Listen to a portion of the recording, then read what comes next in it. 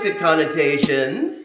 I'm Elise from the Crowdfunded Translation Project, and wanted to just tell you a little bit about what that project is and give you some updates about what I've been doing with your support.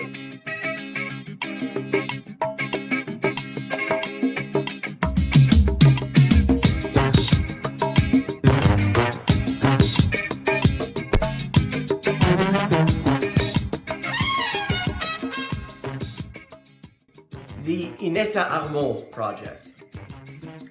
After finishing Kalantai's social basis of the female question, I put out a call for suggestions for the next project.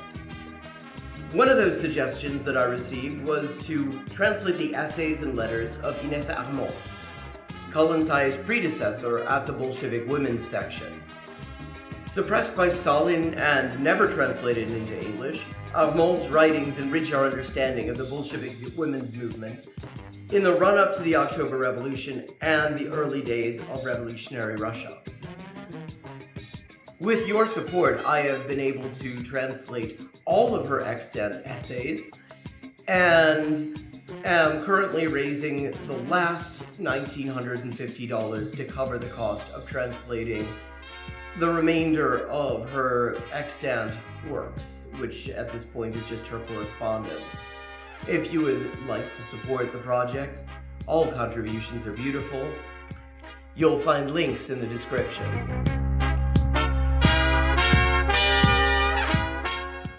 The Punto Final project is a project that is really just at its inception. Punto Final, for those unfamiliar with it, i.e. likely most of the people watching this right now, was a magazine edited by Manuel Caviese Donoso that ran from 1965 to the eve of the 1973 CIA-backed coup in Chile, and then from 1989 to 2018, publishing a grand total of 894 issues. In addition to being a platform for theoretical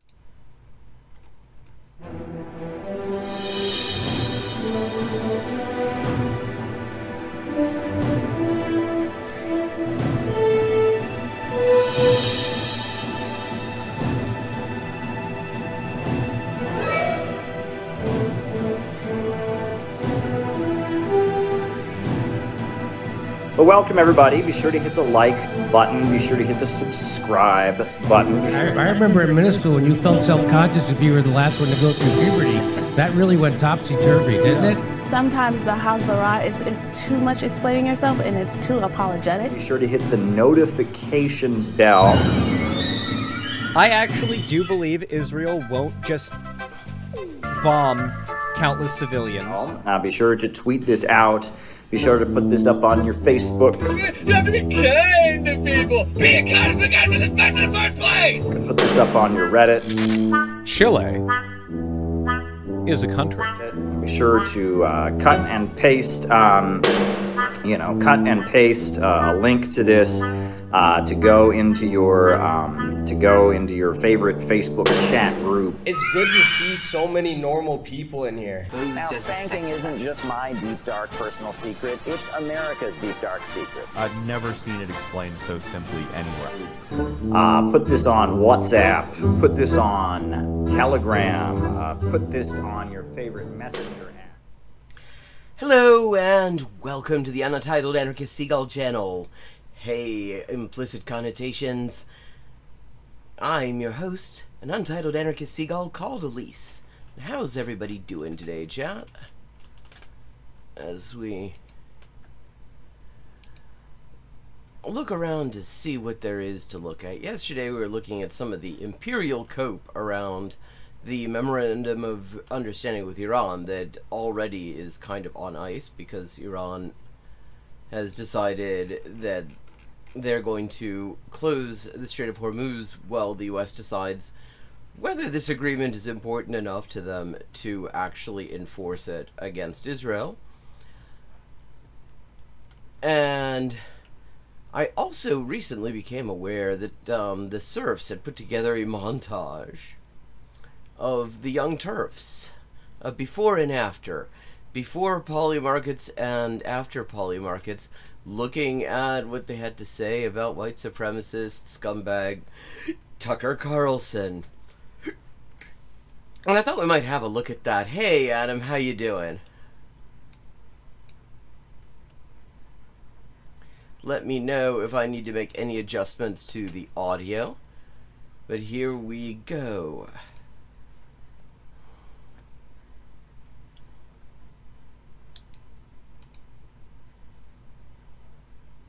Rural Maine. It is as rural as it gets. He employs locals. He lives pretty modestly considering how unbelievably wealthy he is. I mean, not only was his biological mother wealthy, his adoptive mother was also incredibly wealthy. Oh, well, I mean, obviously just truly a man of the people. You know, heir to the Swanson fortune. And he lives in a rural part of the country in a modest home. Like, it just... You would expect him to live in, like, a mega mansion in Beverly Hills or something, but that's not the case. In Florida, he has 2 homes in Boca Grande, one purchased in 2020 for... Yeah, you would expect him to live in a mega mansion in Beverly Hills, but instead he has multiple mansions in Florida. I mean, because he's just so of the people. $2.9 million, and another next door purchased in 2022 for $5.5 million. Yeah, you gotta buy the neighboring mansion. I know that you guys covered, I think, more substantive elements of it, and thank you for doing that. We're not going to do that in this coverage, okay? Because I actually want to kind of get myself on record saying what I think is going to happen in 2028. Yeah, well, I mean, the U.S. certainly can, because Israel would be utterly shit out of luck if the U.S. cut them off. The only reason they can afford to keep just blowing up people's houses in southern Lebanon and Gaza is they've got an unlimited source of ammunition. And if that were ever to dry up, they would be absolutely screwed, because they've used up their reserves. Their tanks are running out even. So, yeah, I mean, it really is a matter of whether the U.S. is willing. And I think, personally, the more I'm looking at how this is going, the more I think that what we're seeing from Trump and Vance with all this "you work for me" Netanyahu posturing in public is just a somewhat more credible-looking version of the million stories published by Barak Ravid of Unit 8200 in Axios about how Biden was really just blowing his stack at that Netanyahu. Wow, he called him an asshole this time. Holy shit, Biden is powerless. All this stuff designed to create this impression that actually the U.S. couldn't possibly do anything to stop it. But the real question is, will they? And we're going to find that out. I mean, there's also the possibility that this is them winding down. But the thing is, the U.S. doesn't really want this agreement. They need to have some kind of agreement to get out of this war, which is a disaster. They don't want this agreement. And so finding a way to see just how serious Iran is about things like ending the aggression against Lebanon and removing U.S. bases from the region seems actually like an entirely plausible thing that they might do. So... Interesting. Big prediction. So without further ado, can't wait. Let's get into it. I heard that speech, and by the time I finished listening to it, this is interesting for me here watching this, because I didn't really pay any attention to TYT until the birthing people thing, until Anna Transphobian decided to just perform righteous indignation over the use of the phrase birthing people. So I have not actually seen back when they were still like fronting as the home of progressives. I thought to myself, what a wonderful he's gonna world. run for president. That was a presidential speech. Really? Yeah. No, that's literally the last thing on my mind. Really? Like, I would never do that. I asked Tucker Carlson. Oh God, a he is question so totally gonna do that. He didn't expect while I appeared on his podcast, and I thought his full answer was, well, interesting. What was the answer? What was the question he didn't expect? Because It can't possibly be. Do you think maybe you're such a great speaker? Could you maybe you're running for president? You think you didn't expect that? He's very clearly doing everything possible to at least test the waters. You, Jink. Yeah, I don't believe him. So it's okay. Look, guys, I'm, as now most of the internet knows, I'm not on the camp of purity tests and so yeah. We figured that out. Unless it's like white supremacist purity tests, those are cool. So the fact that Tucker Carlson has a correct position on Israel is wonderful. What I love here is the reason that we were supposed to be okay with the fact that they're, sidling up to this white nationalist ghoul is precisely that he had such a suddenly, very unexpectedly and very coincidentally, given his investments in the region, said some halfway acceptable things about the genocide in Palestine. Now he's saying that's a nice to have. If he were just a white nationalist and didn't have like halfway decent things to say about Palestine, he'd still be sucking up to him. Because poly markets, really. And he'll do anything they say. Maybe purity testing white supremacists is a good thing. I know it's such a taboo word, right? We always hear this as like, I'm not one of the purity testers or the woke scolds or any of that kind of stuff, right? I'm not going to get at you for not using the right pronouns or something like that. Yeah. In the speech that Anna was referring to, some parts of it I disagreed with, but the part about Israel was not only... which parts did you disagree with, though? True, but important. Somebody needed on the right wing to say what he said. Why did somebody specifically on the right wing need to say what he said, though? Why isn't it enough that somebody says what he said, or Dare to Dream even said something better? Like, enough. Nobody's interested in hating Jews. Joe, so you're not going to... Tucker Carlson's actually kind of interested in that. He doesn't give a shit about Palestine. Surprised by this. I think Tucker's going to run. I think Tucker's has been, let's put it this way. If he is not angling to run... If he doesn't run, then Jenk's efforts will be in vain. He is so much on the fucking draft Carlson in 2028 team here. He is accidentally going on the exact path he would go accidentally on to run in 2028. Totally agree with you. Yeah. It's just an accident. His consultants accidentally told him to do this. In fact, when I say that the speech he gave at Turning Point USA sounded like a presidential speech, it wasn't just what he had to say about Israel or foreign policy. Take the whole speech and the entire message in that speech, which was what? Was Americans cannot afford to have children. They can't afford to buy homes.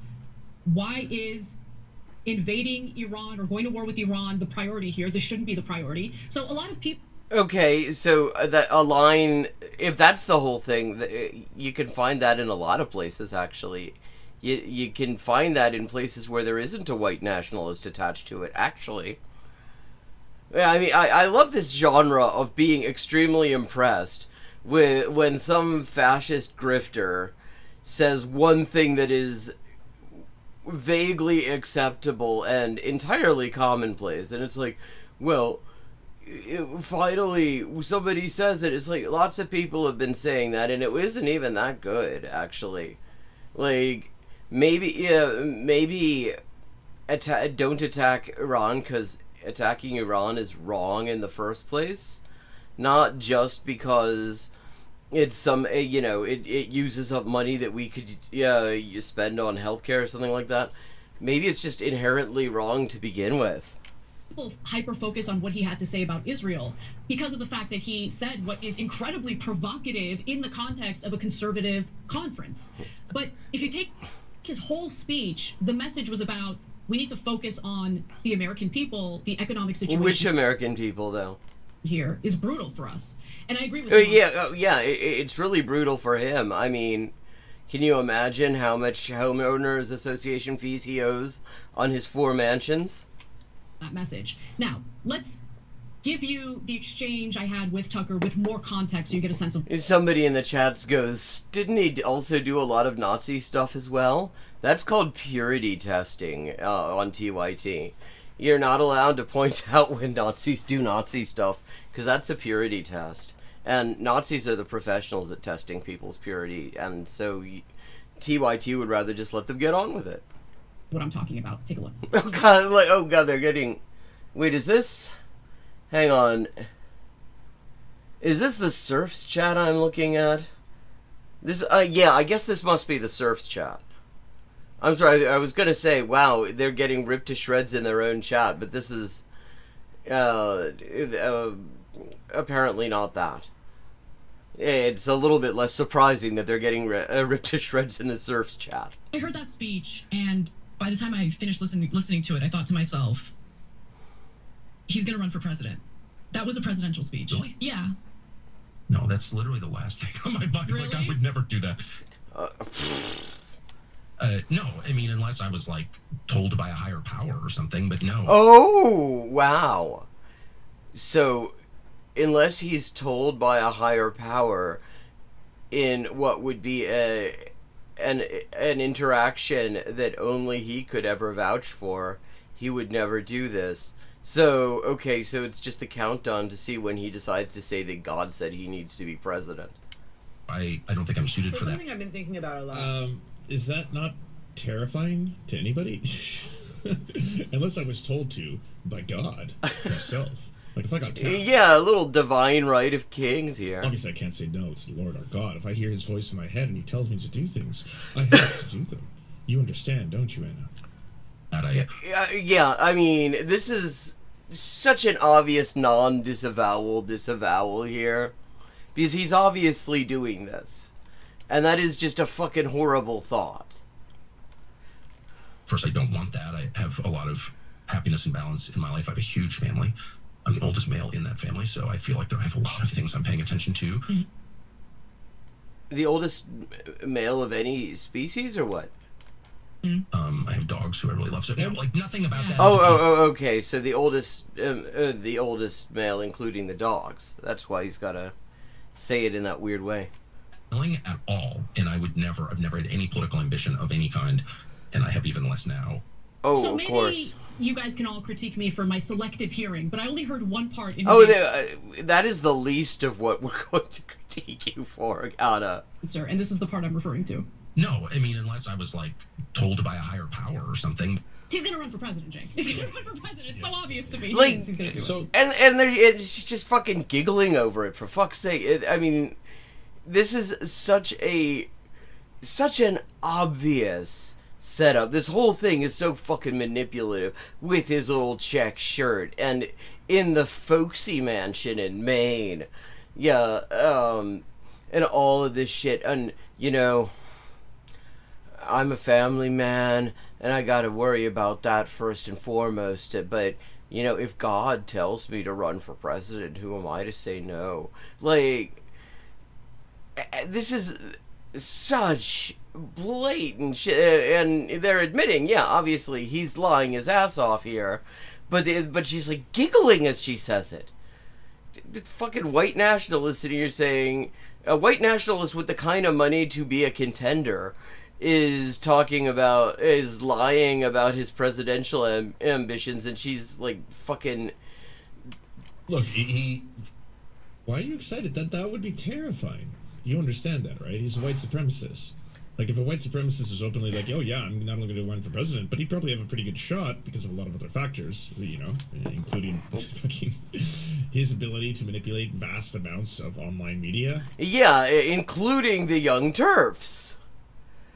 Yeah, I mean, the whole thing is actually rather disturbing, precisely because he's got the demagoguery that is a big part of Trump's appeal, the fascist demagoguery, but with a lot of the sort of negatives that like fascists might see, like the fact that he's not 1,000 years old and half mummified and completely inarticulate. Yeah, exactly. God in his house is called NASDAQ. His massive fan base, the fact that he may be able to position himself as someone who is, yet again, another fake. So, I don't know if you caught the introduction here. What this is a before and after, or really an after and before, of TYT on Tucker Carlson. Which is interesting to me, in part, one thing, because it just shows how utterly full of shit they are. But it's also, I didn't pay attention to them for years. I was aware they existed, but it was like, okay, just liberals trying to get, sort of budding leftists to back into the Democratic Party fold, basically, for the most part. So I wasn't too interested in them. And then Anna decided to be publicly, performatively angry about birthing people. So that's when I started to become aware, really, and pay attention. But... so I hadn't actually seen much before that. And so... T-War, Republican, it would be a horrifying prospect. These days he's... Yeah, especially, it's a horrifying prospect because the Democrats are not going to run somebody against him who would win. They will run a fucking Cory Booker or Hakeem Jeffries or a fucking Pete Buttigieg or one of these people that nobody wants. The people and who will just be mouthing neoliberal right-wing platitudes and putting their entire voting base to sleep, and Tucker Carlson would fucking carry it away. Which is just a horrifying thought. And TYT are just, they're doing propaganda for him, really. I mean, they are part of his campaign at this point. Focus on his faith, and so that is the kind of thing that somebody... and people have pointed out how kind of fucked up it is that she's an Armenian on a show named after the people who did the Armenian genocide, and she's like, oh yeah, funny story, isn't it? On later would say, right? So again, we don't know. We're all guessing, right? And we're honest about what we know and what we're guessing at, right? And so, and then I want to talk in a little bit about... Okay, confirmation that is indeed Lance from the Surfs' chat. His potential competition on the Republican side and then the Democratic side. But look, as an atheist, I don't get that out of like, I think it was 2 years ago that they were doing... I can never assess my appearance. I wait for... my leaked tapes of Tucker Carlson show more of his true colors. Okay, so now now we get to see how they talked about Tucker Carlson before Poly Markets, which has a bunch of like Trump family members and Trump cronies on their advisory board. What they were saying before that. Here we go. If we're going to talk about sex, I'd love to hit some of the fine points of technique. You know what? I'm not qualified on that score. Yeah, that does not surprise me. Okay. I thought his girlfriend was kind of yummy. Media Matters for America has been publishing these leaked tapes. The only people that would have access to that footage are employees over at Fox News. So it's either an employee or the company itself. I don't like these leaked videos that are totally taken out of context. Tucker Carlson is massively guilty for the things he says on air. Well, yeah, but the thing is, if he says fucked up things off air, those are also things he said. Mirroring Tucker publicly to say, you see how he insulted you guys and he called you old women? Well, yeah, I mean, pointing out he's a fucking misogynist. So come back, everybody. How about 3 years ago? That was 2 years ago. I want to see what that was like 3 years ago. During an appearance on Fox's The Five, Tucker Carlson... I mean, just look right there about the headline they gave this. Tucker complains about how he's a white supremacist. Because he's a white supremacist, and back in those days, they would at least acknowledge that. And weighed in on the possibility of having Democrats on his show, and he claims that they're not in favor of coming on his program. Democrats... I mean, why would anyone want to give him the viewership? Hate coming on his program. They ignore him like the plague. Why? Well, he explains in this next clip. You've obviously interviewed a ton of fascinating people, both sides of the aisle. Who would you most like to interview again if they would take your call? Oh gosh, that's such a great... Hello, Godo of Green Mountain. How you doing? Saw you in the comments earlier today. Don't think I've seen you in chat before, but maybe I have. Sometimes I'm shit with names unless I've seen it a lot of times. Question. There's so many people. I mean, honestly, I'd like to interview anybody in Democratic leadership. I'd like to interview a Democratic congressman. No one will talk to me. No one will come on the show. You're a white supremacist. We're not talking to you. Really? I mean, admittedly, it is hard to believe that they would rule out talking with white supremacists because they don't really seem to object too much to white supremacism. Oh, you're Badger! Okay, mystery solved. How you doing? No, I'm not. I just have different ideas from you. Why are you calling me names? It's not... Well, somebody that's... There's a name for the kind of ideas you have. And it's white supremacism. That's why they're calling you that name, Tucker.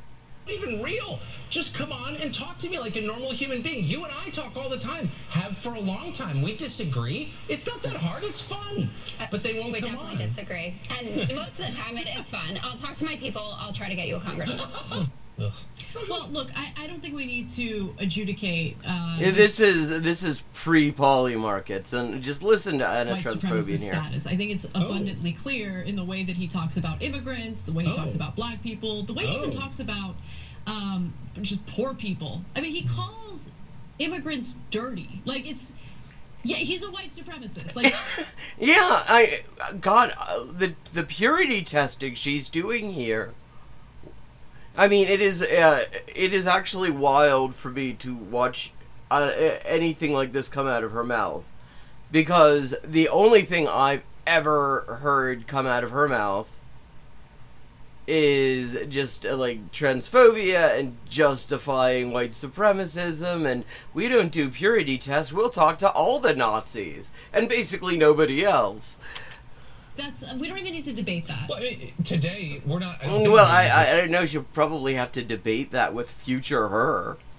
He's in the news for going on some other Fox show and talking about how Democrats are importing violent criminals to change the demographics of America. Yeah, the Great Replacement.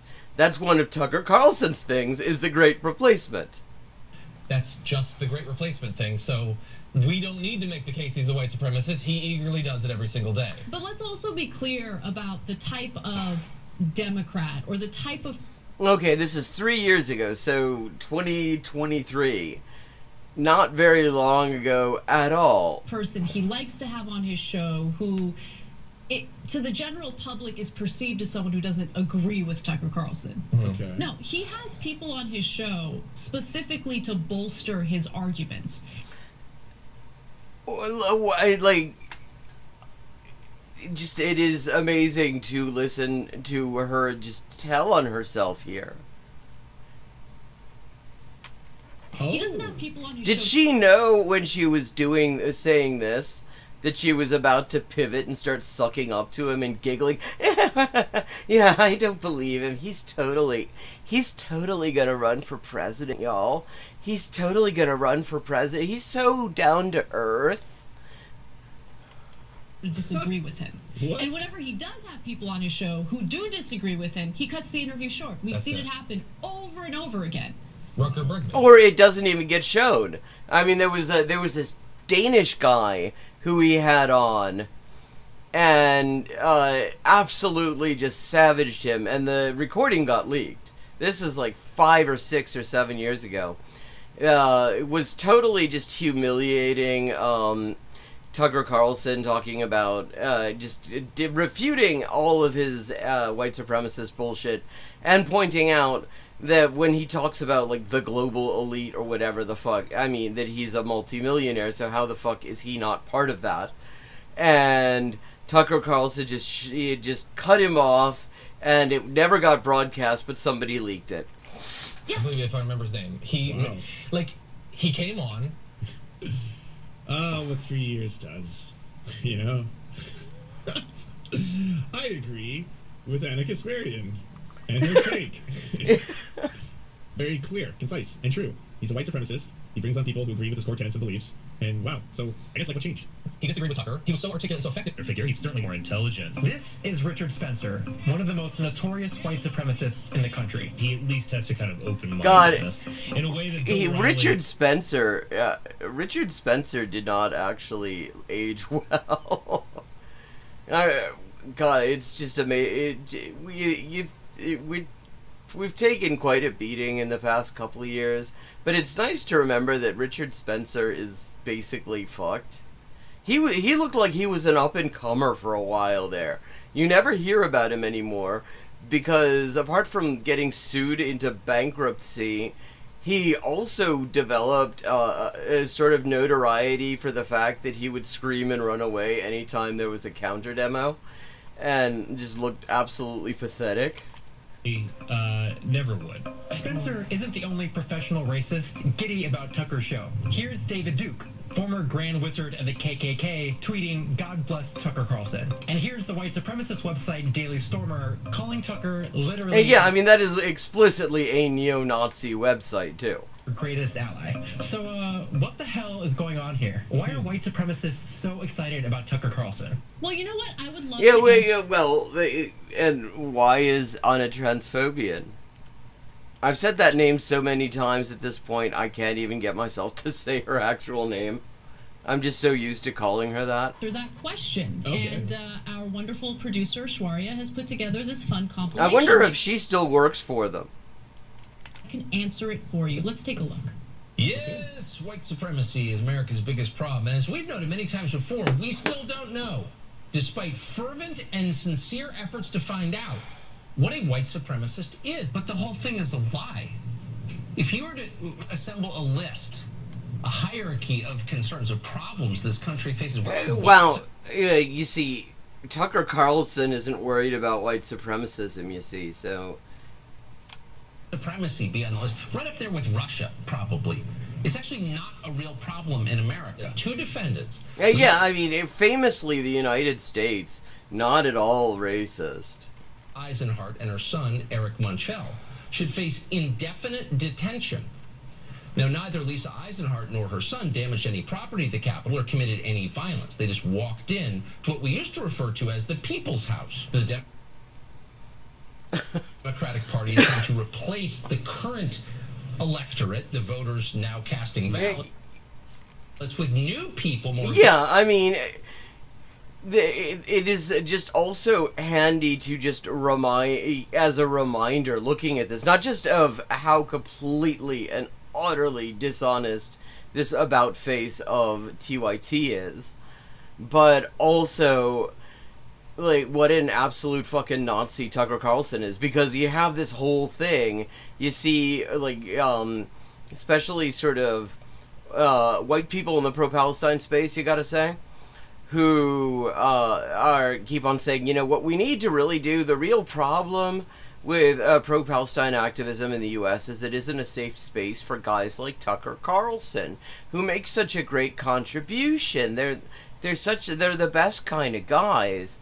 And it's like, I would have thought that what's wrong with pro-Palestine activism in the United States is that it's ineffective, and we kind of steer away from the things that could actually make it effective given our strategic position in the universe.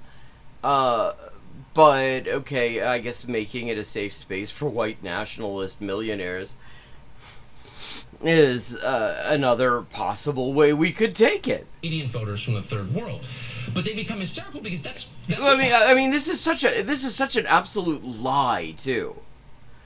Because he's talking about this like there is some sort of a path to citizenship for working class non-citizens in the U.S.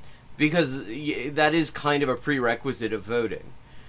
Meanwhile, the reality is that the Democrats are the ones who have refused to do any kind of pro-immigrant immigration reform.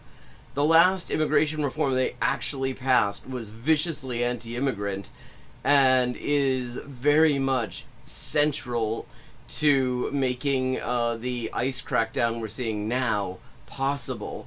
So the idea that they're trying to bring in third world people to be obedient voters, it's like, wouldn't they want to give them a path to citizenship if that was the idea? As opposed to giving them a path to concentration camps? Happening, actually. Let's just say it. That's true. What's happening at the border is not a crisis. A crisis is a flood in Bangladesh. It's an act of God. I mean, that's not how crises work, actually. This feels really horrifying if this dude wants to run for the president and, dare I say, maybe even become the president of the United States. Yeah, and you know, I was watching TYT recently, and there's this blonde woman on there, and she was saying basically the same thing, that he's a white supremacist, that he's a really creepy, misogynist Nazi fucker, and everything. What was her name? Oh, Anna Kasparian. Like, God, they're so full of shit. Kind of scary shit.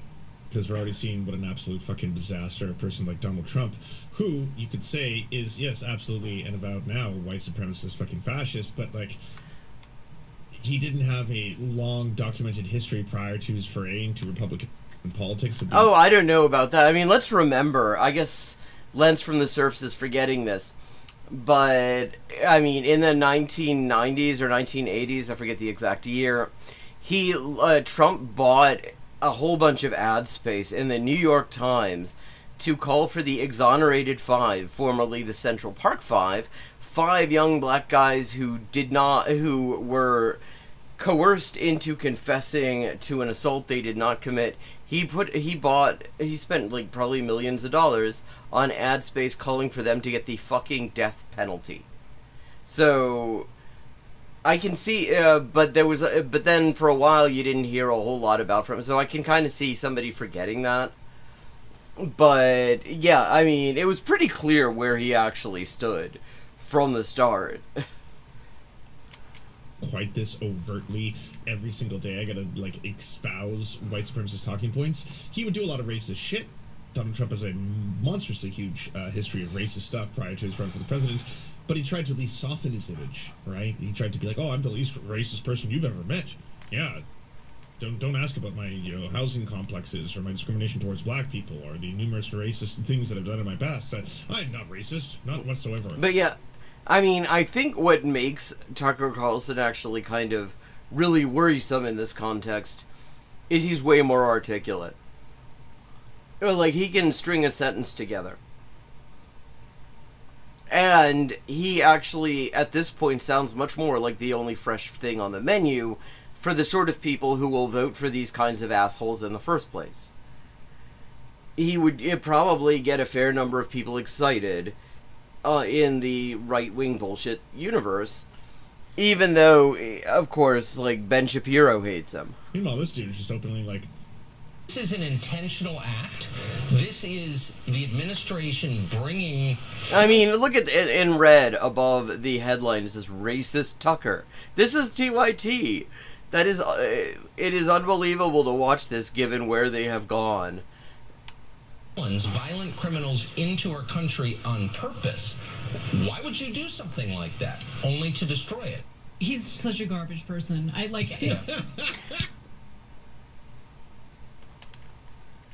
have to see that again. Like that. Only to destroy it. He's such a garbage person. Floods in Bangladesh, it's an act of God. Like, wow. This is so weird because I'm aware of this Anna Kasparian, same name, but she seems to be really excited about the idea that he might become president. I mean, I guess he's trying to say it's not something that was controlled by humans, except, I mean... He's trying which is also not what a crisis is. A crisis does not have to be a natural disaster. A crisis can very much be an artificial thing. Imply that, sort of a natural outgrowth of the past few decades of our foreign policy in Latin America leading to people trying to emigrate into our country is somehow something Nancy Pelosi cooked up a couple months ago, I guess. Yes, in order to make it possible for them to vote, despite not being willing to give them citizenship. Or even just legal status to be in the country. I mean, so many of the anti-immigrant talking points are just this ridiculous. Because so much of it is like, we have open borders. It's like, have you looked at the U.S. border? That shit is not open. There's a big fucking wall that runs through communities and a whole bunch of armed goons patrolling it. And then it's like, the Democrats, they want to let all the illegal aliens in. And it's like, they're the most effectively anti-immigrant political force in this country, actually. Because they do mass deportations without raising an alarm about it. It's why they get away with more of it. Like, every single bit of it, you just have... The only way any of the anti-immigrant arguments can actually be accepted, can actually go unchallenged, is if the person who is responding to them doesn't want to challenge them. Because all of them, it is just trivial to point out why it's nonsense. He thinks that allowing immigrants into the country is something that Democrats want because they're looking for obedient voters from the third world. No, I'm sure, like, he's not a white supremacist at all. No. Is white supremacy a problem in the country at all? I mean, it's right up there with Russiagate, right? I can kind of... This is just... This is 3 years ago. I mean, it is really remarkable. I did not think I could actually have less respect for her and for Cenk than I already had. But just watching her, especially, since of the two, she has been the one who has really jumped on the far-right bandwagon much harder. Cenk does a much more disingenuous thing. But watching her not only say, yes, he sucks, he's a white supremacist, but also pointing out, quite articulately, I will add, exactly why that's fucked up.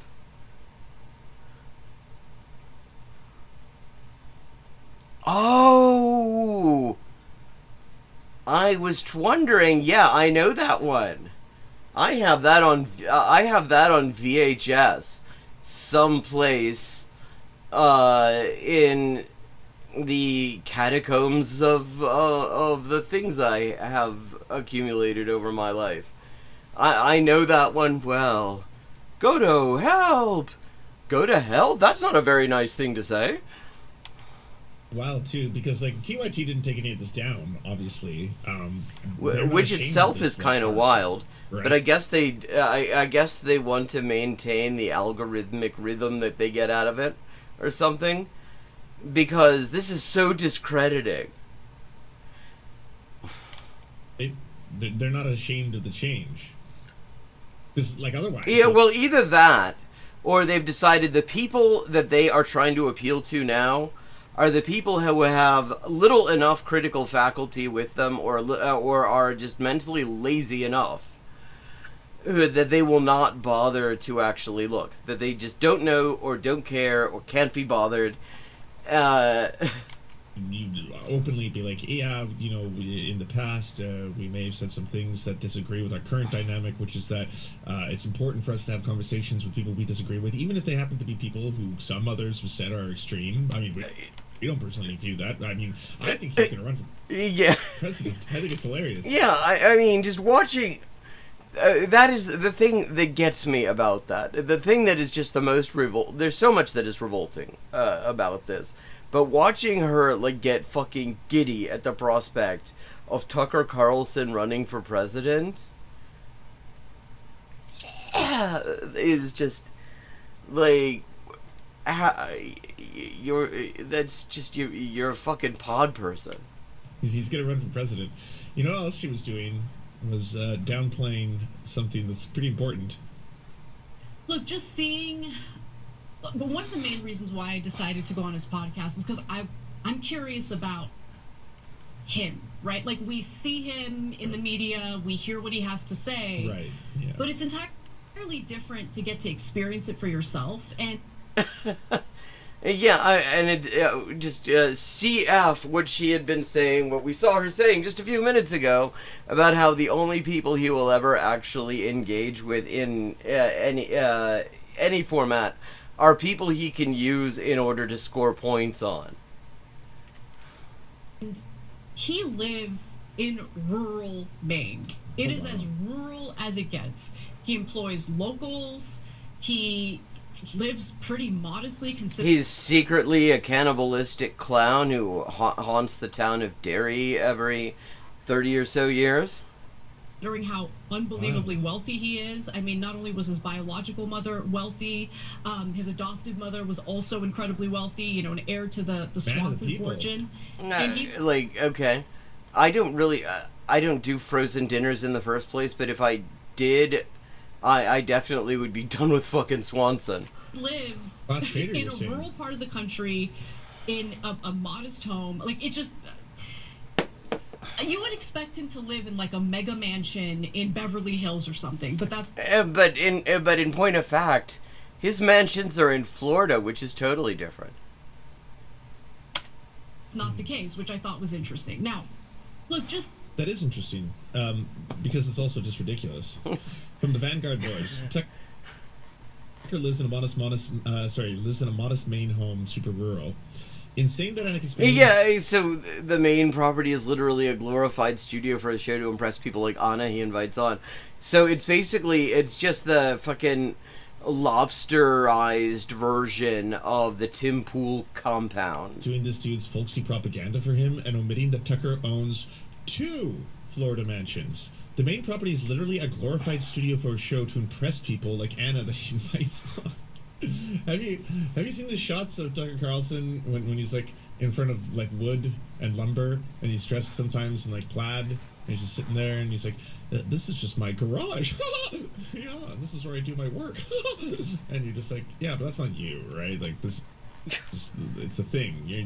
You're pushing a persona on everybody.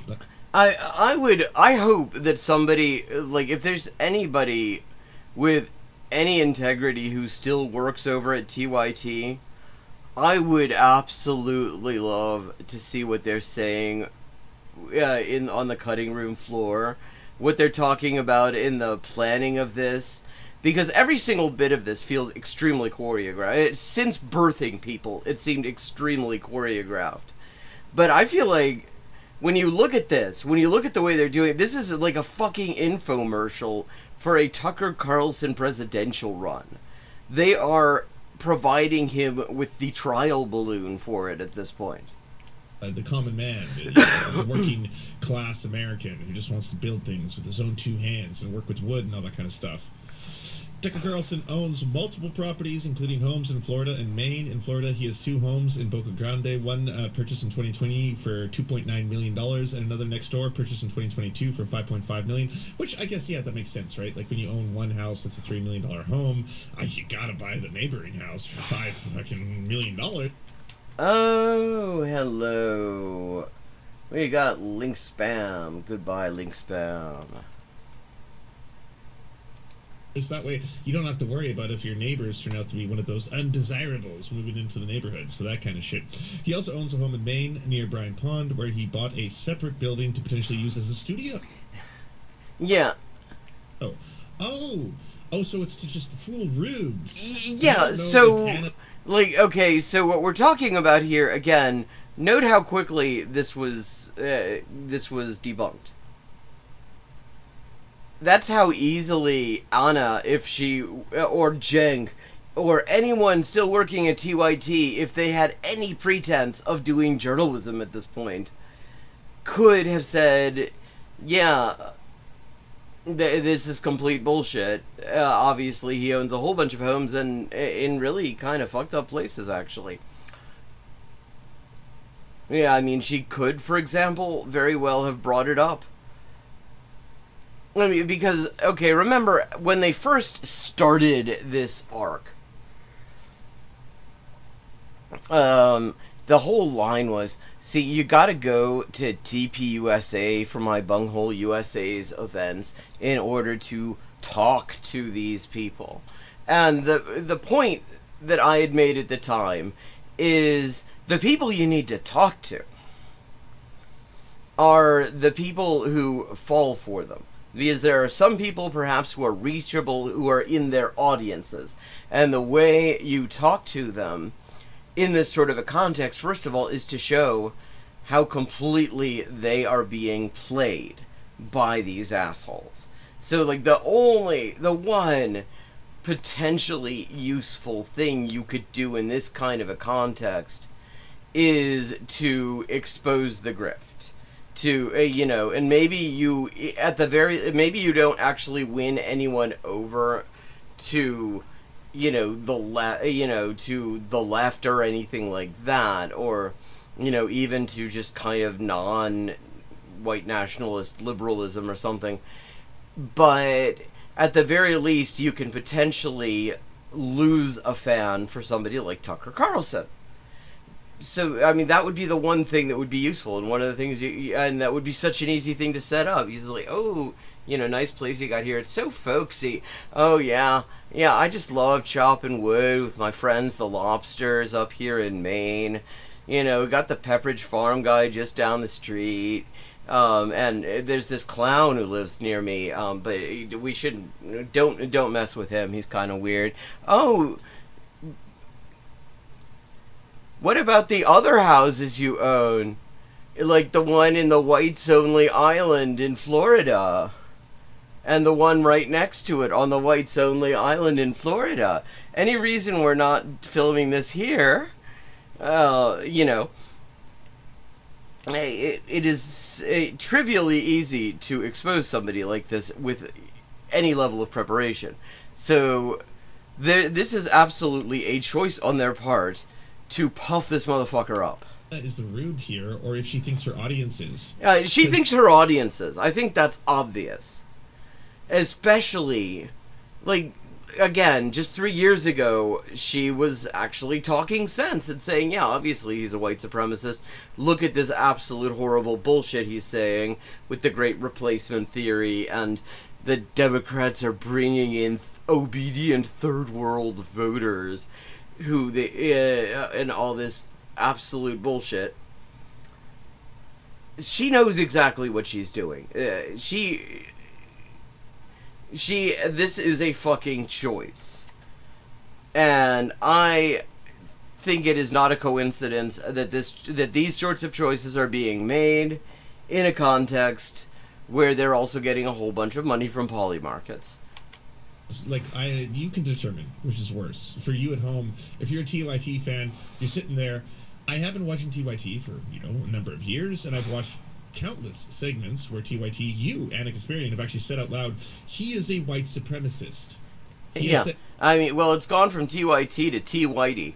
Many things that white supremacists say. He is a vile, racist piece of shit. So that's been what I've learned from you.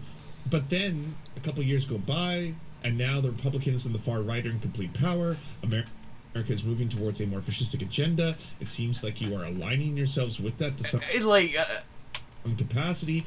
Which is already just a wild understatement.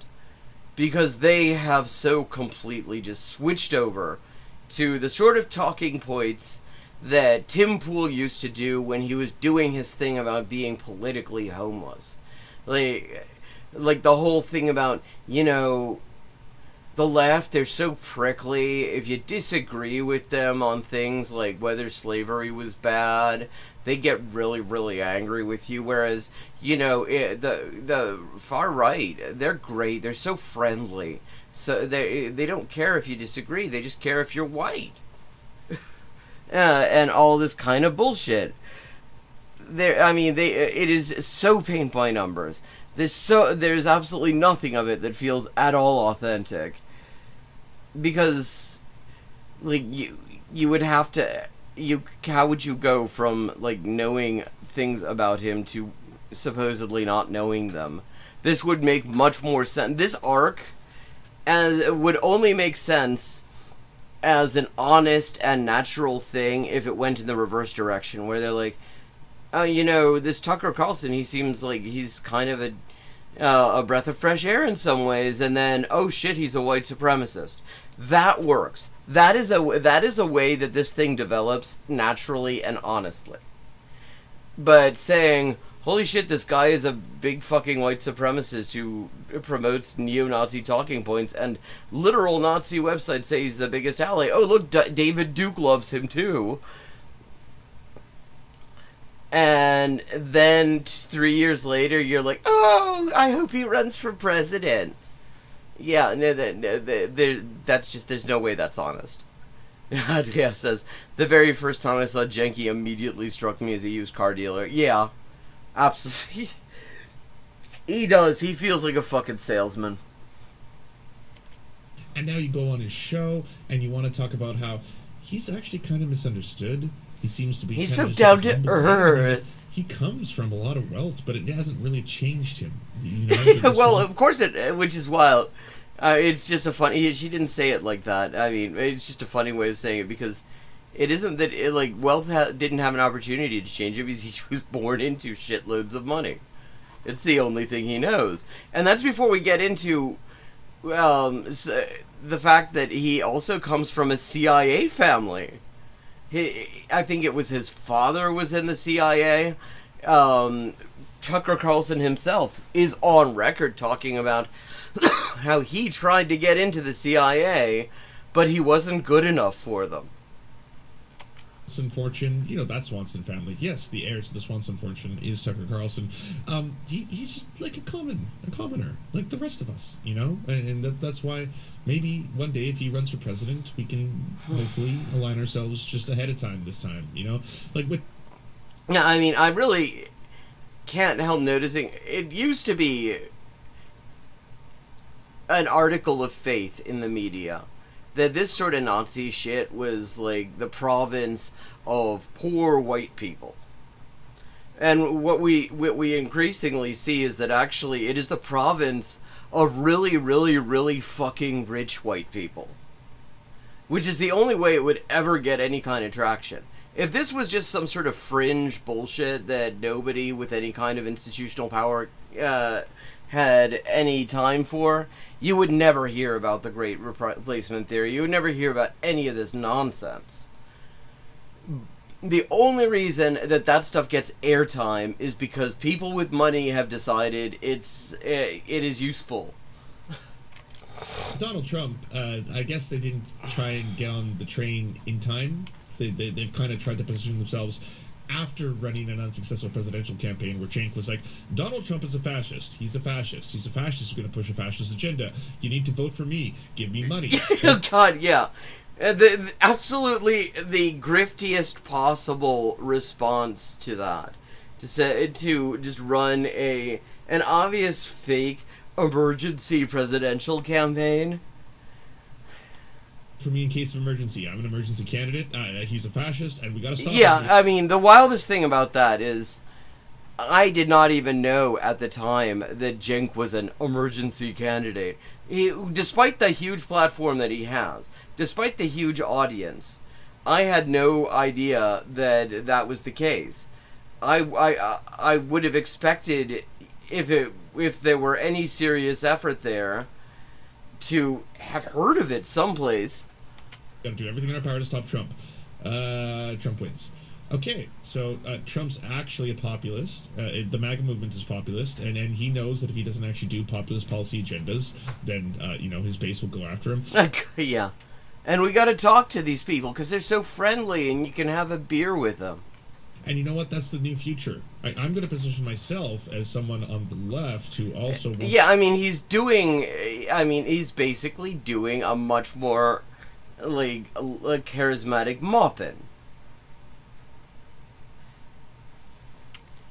To collaborate and work with the people that I was calling fascist every single fucking day, and now we're all going to work together and get over there and, I'm going to work with Charlie Kirk. You can go over and work with Tucker Carlson.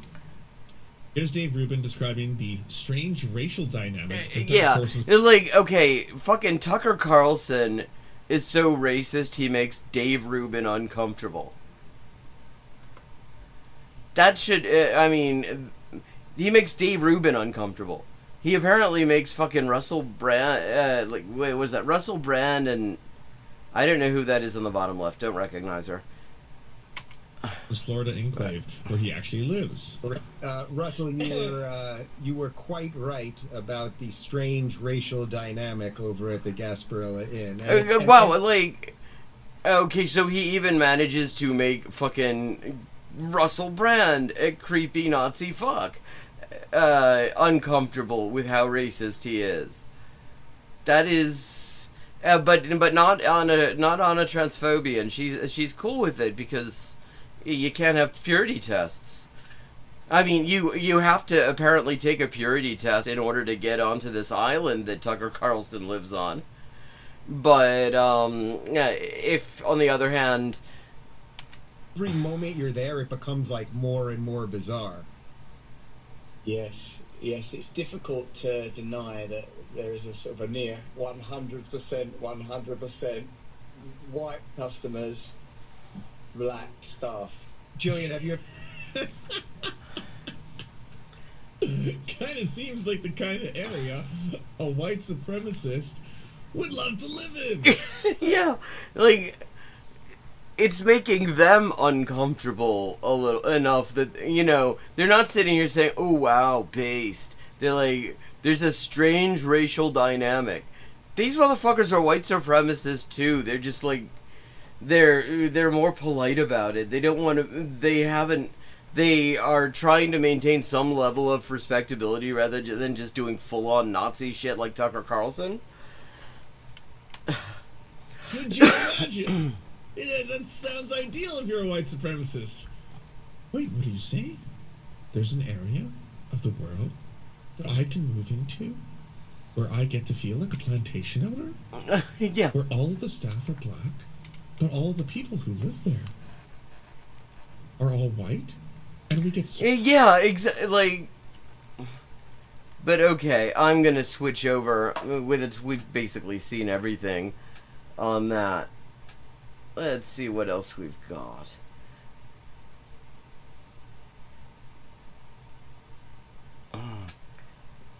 Here we are. Allies are turning as America surrenders. David Pacman. And I know a lot of people, when they see and hear Trey Gowdy, they go, man, he sounds like Kermit.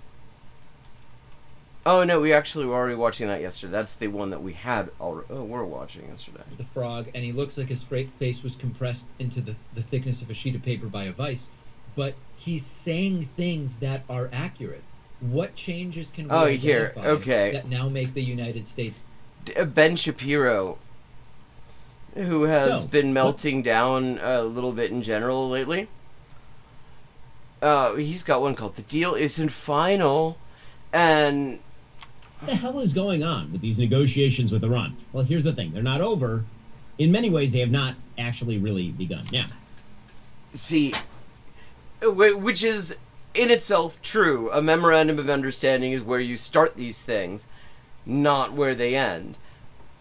And earlier I was saying, actually, I think what's part of what's going on, and part of why the U.S. is not just shutting down Israel so that they stop attacking Lebanon, so that this deal can go forward, is literally nobody. Nobody in Washington wants this. The Democrats are very open about it because they're in the position, the actually relatively enviable position here, of being able to criticize it since they're not the ones who have to negotiate it. But there's no way the administration wants this either. They've just found themselves in a situation where either they can sign this shit-eating deal or they can continue a disastrous war that is more humiliating with every single passing day. So if they can come up with ways to sort of force Iran to potentially knock a few things off the deal that they're hoping might be peripheral enough that Iran might be willing to part with them. Yeah, you're right, Adrian. They do a bit. I think that's the thinking here. And at the same time, they have to do this thing in public where it's like, where they pretend to be smacking down Netanyahu, and in hopes that people won't understand that these conversations between heads of government are not, in fact, carried out on television, but on secured channels with the public absent. I have made it perfectly clear. I think the president is making a mistake and the MOU stinks. But let's be clear what it isn't. A deal. It's not the end of the world. It's not... I mean, it is a deal in the sense that it's in contract law you'd call this an agreement to agree. It is a preliminary agreement with certain things that are that have to be done automatically, immediately, and other things that are the principles on which negotiations will proceed. So it is a deal in that sense. And the U.S. is violating it, which is why Iran has walked away from the table. The story. It's President Trump as a pragmatist. You may disagree with it. Well, I mean, no. It's just he lost a war. This is not him showcasing his pragmatism. This is him showcasing the fact that he wants to get the fuck out of this situation because he does not like being in a situation where he's facing significant pushback. He does not like situations where he's being seriously resisted. He cuts his losses in those situations, and he's cutting his losses here because with every passing day, this just looks worse for him. But that's what's going on. We'll get to the full breakdown in a moment. This is the Ben Shapiro Show. Oh, well, okay. Ben's going to have a full breakdown in a moment. Go.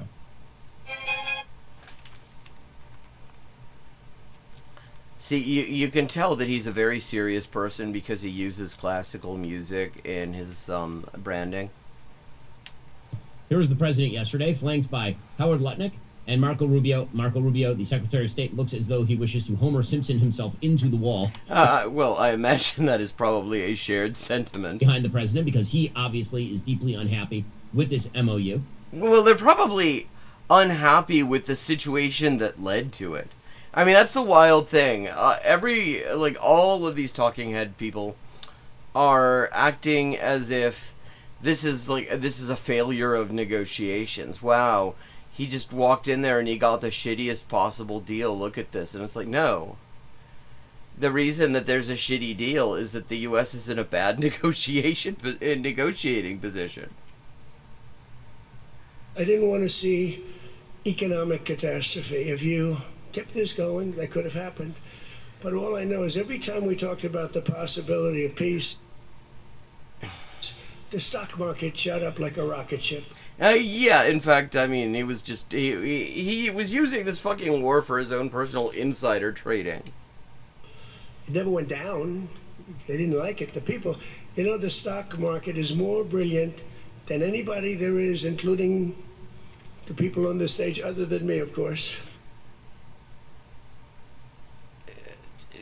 Yeah, he's announcing a shit sandwich, and he's still impressed with himself. Let's see. I mean, that is like the only thing that he knows how to do, really, is be impressed with himself. Now, what do you think, Scott? They had the G7 in Avion. That is such an interesting choice because, oh God, what was it at this point? 90 years ago, more or less. Avion was where there was a conference of Western European states and the U.S. and a couple other countries, I think, were also there, over what to do with all the Jewish refugees coming from Germany. And Avion was where one country after another said, yeah, actually, we'd rather just do nothing, kind of fuck 'em, I guess. And so they all had a lovely time in a spa town in Avion, and probably ate very nicely, and announced that they were going to just kind of leave Jewish refugees to their fate. And now it is the site of a summit on, how to try to salvage imperialism. And the site of the rebirth of the anti-summit movement, incidentally. I don't know if people saw this, but there were some pretty impressive protests against the G7 going on. Is the stock market more brilliant than you? No, sir. That's a terrible statement. All right, the stock market is quite brilliant. What the fuck does that even mean? The stock market is brilliant. And every time we said something amazing, like we're going to settle, it would go up. Well, that doesn't sound like brilliance, actually. That sounds like it's very easily manipulated. I mean, which they did. I mean, it's, at a certain point, somebody, I forget who was the first one to observe this, noticed that, after the first couple of weeks of the aggression against Iran, that there would always be these statements from the White House about peace deal incoming, Iran's coming to the table, and it would always be just before the markets closed for the weekend. Like right before the markets closed, and they would shoot up, and then nothing would happen for the weekend because they're closed. I mean, that doesn't sound so much like brilliant. That just sounds like they're very easily led. And every time we said something negative, like, guess what, we're not going to be able to settle, it would go down very big, Peter, right? Very, very big. Tells you something. Well, yes, I mean, the stock market... Yeah, I mean, you see, that's not a sort of thing that I would be drawing attention to if I were him. Yeah. He's actually just really kind of admitting insider trading here. Yeah, I think there is some truth to that. I also think that this is partially, he knows that he is announcing a defeat. That he is announcing an embarrassing result that is being accepted in order to avoid worse. And so he's decided to ramble off and talk about, markets are brilliant. I fucking played them. I did the insider trading. And stuff like that. Also, I think he probably forgot what he was talking about. It will always pick the option that is least likely to lead to conflict, because conflict is costly. That does not mean that conflict... I mean, that depends. Sometimes the absence of conflict is costly. Conflict is immoral or wrong. But that's the reason why the president did all of this. The president was being told by people near him that if he had bombed Kharga Island or the South Pars gas field, that this would have caused some sort of international depression. Well, yes, because... Well, the reason that people would be telling him that, Ben, is because Iran made it very clear that they would respond in kind. That they were not actually keen to do anything like that on their own steam. But if the U.S. started destroying civilian energy infrastructure, then they were going to respond in kind. And given just how much of the world economy is decided in the oil fields in that area, yeah, that would be a fucking economic disaster. So again, this is all economic calculation for the president. Well, I mean, it's also just there's the defeat end of this. U.S. bases got wrecked. There was no way. I mean, they talked about trying to invade Kharga Island, and then somebody pointed out that Iran has the high ground there, and they would have complete fire control of the entire island, and anyone who tried to invade it would probably end up making the Dunkirk landing look like a nice experience. Make fucking Gallipoli look like a vacation. Just like I knocked out Kharga Island, I knocked out everything but the oil. I said 25, it was so complete. The only thing there is the pipes coming with the oil, because I didn't want to... I'm admitting a war crime. I'm brilliant. For the world market, because they do a lot of money. Because what he actually bombed there was the water supply for like 20,000 people. But I didn't want to do that, no. But you did. It sounds like you decided you did want to do that, actually. It would have been... God, look at Narco Rubio there. I mean, the facial expressions of the guys standing around him. Rubio, it looks like he like his laxative just started to kick in, and is that Lutnick to the left? I think, yeah, is looking at him with like sort of a scientific interest. Like, this is a so easy. It would have been easier, and I would have satisfied a group of 10% of the people, but it would have been the wrong thing to do, and it could have caused an international depression. Oh well, what would have caused it would have been Iran's response, because, but he's being careful here, not to say that, because he understands about the. As fucking addled as his thought processes generally seem to be, I think he understands about admitting weakness and trying to avoid it. So he just leaves out the fact that what would actually have caused the depression is the retaliation that would have come if the U.S. decided to destroy civilian energy infrastructure in Iran. Well, I mean, I disagree with that. Again, this is... I disagree with what part? I mean, there were so many amazing statements in there. Like, I disagree that the markets are brilliant.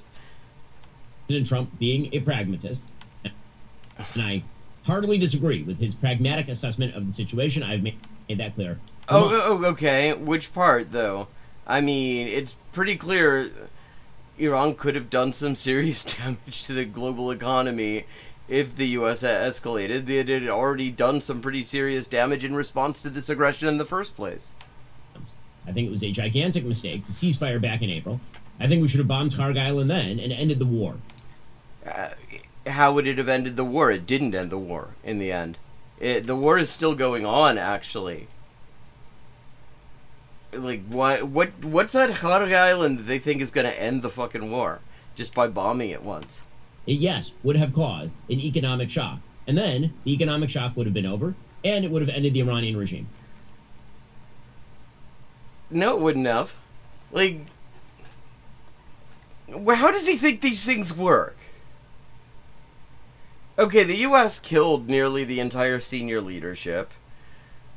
Armed opposition groups, specifically in order to promote regime change. All of that failed. But they're saying, but Ben here thinks that what would have worked is if they just bombed Carg Island. Well, I mean, they just did that. Well, that already happened. This is 2 days ago. I mean, like, literally, he's talking about this. He's shown clips talking about how Carg Island has been bombed. Regime ain't changing.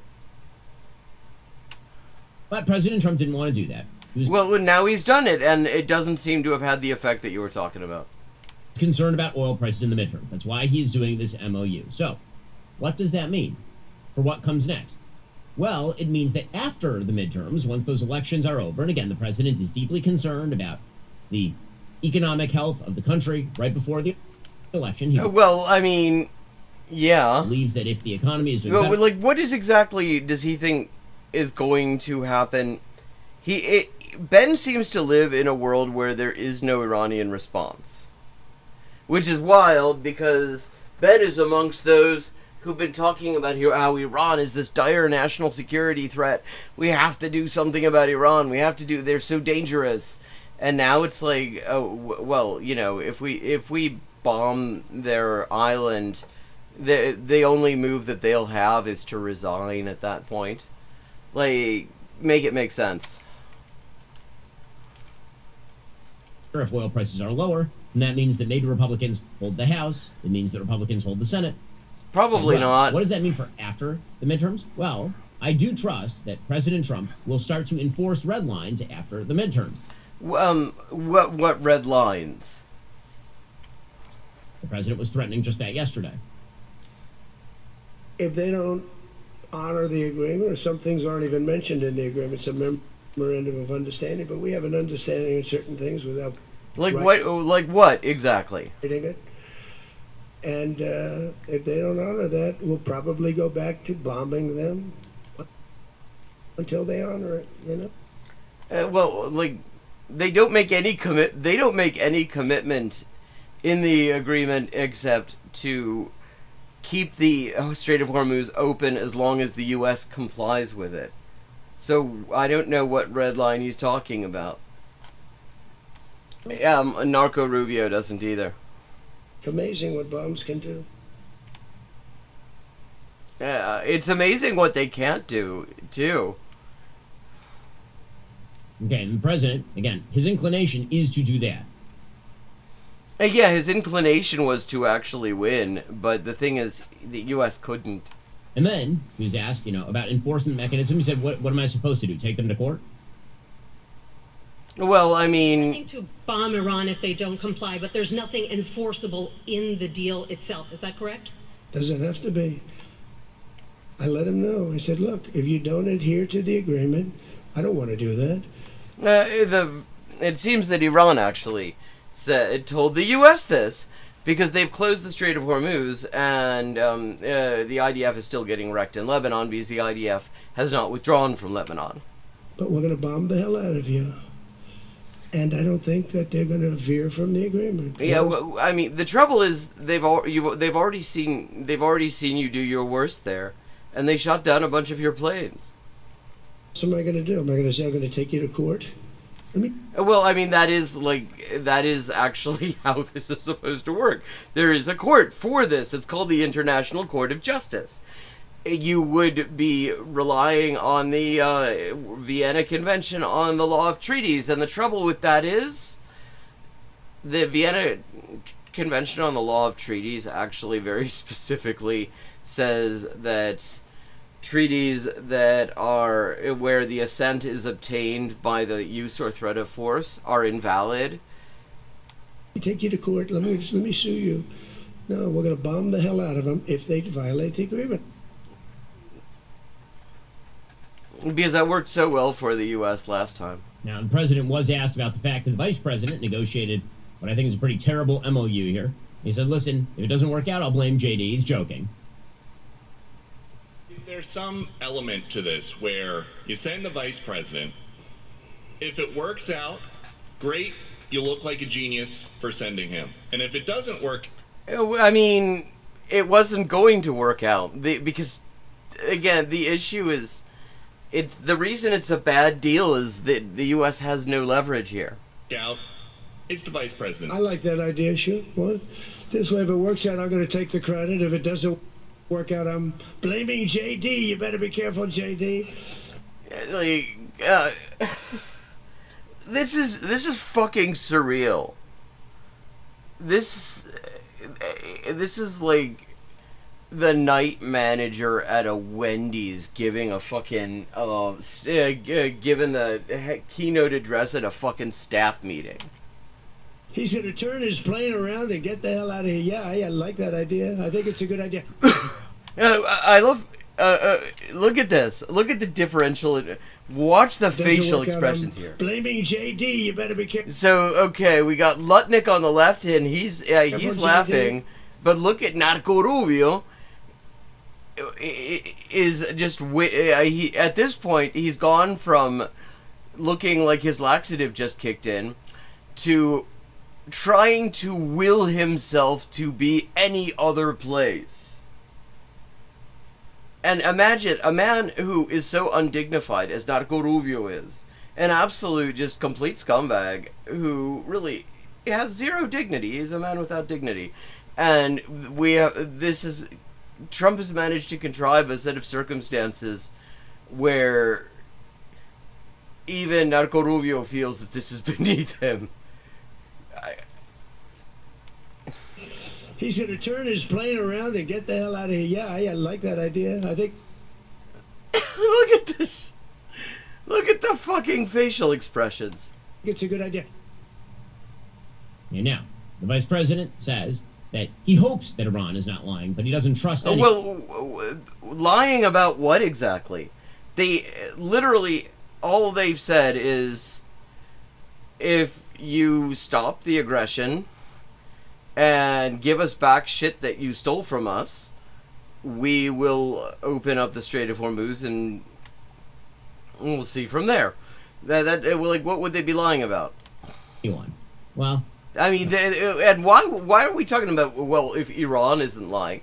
The U.S. is the one who started this whole thing, as a sneak attack under cover of fake diplomatic negotiations in the first place. So why exactly are we like, well, Iran, well, if Iran is lying, they haven't lied yet, actually, about any of this.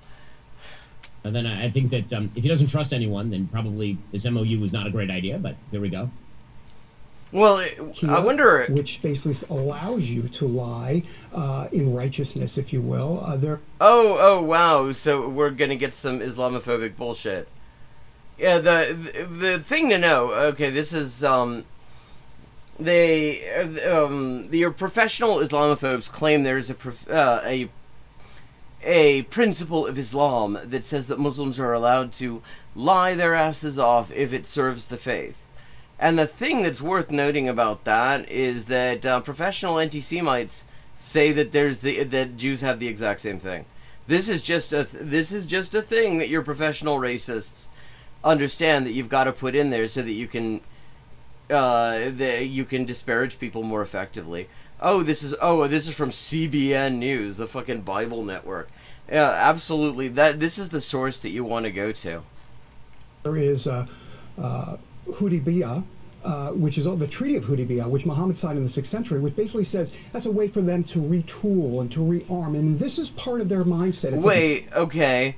So you're saying that sometimes people will sign peace treaties and ceasefires for tactical reasons? That's so wild. Theology, how concerning is that to you? How concerning is it that, according to an asshole from CBN News, the Prophet Muhammad signed a treaty over 1,600 years ago, I guess, at this point? Why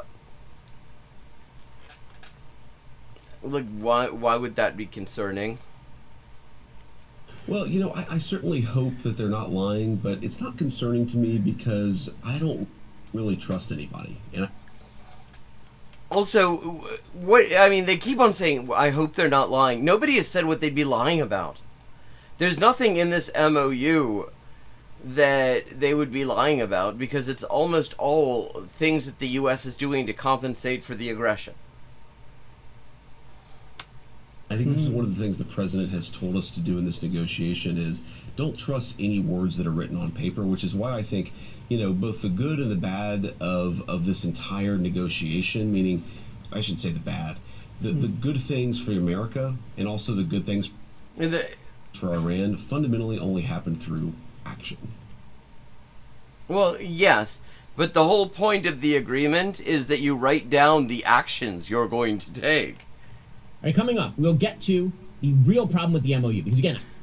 I can't wait. The real problem.